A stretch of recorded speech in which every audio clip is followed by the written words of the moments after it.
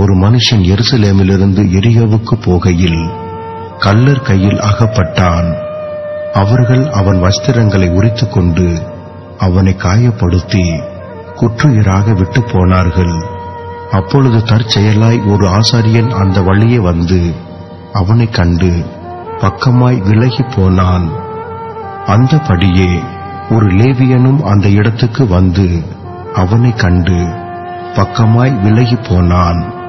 பின்பு சமாரியன் ஒருவன் பிரயாணமாய் வருகையில் அவனை கண்டு மனதுருகி கிட்ட வந்து அவனுடைய காயங்களில் எண்ணெயும் திராட்சை ரசமும் வார்த்து காயங்களை கட்டி அவனை தன் சுய வாகனத்தின் மேல் ஏற்றி சத்திரத்துக்கு கொண்டு போய் அவனை பராமரித்தான்.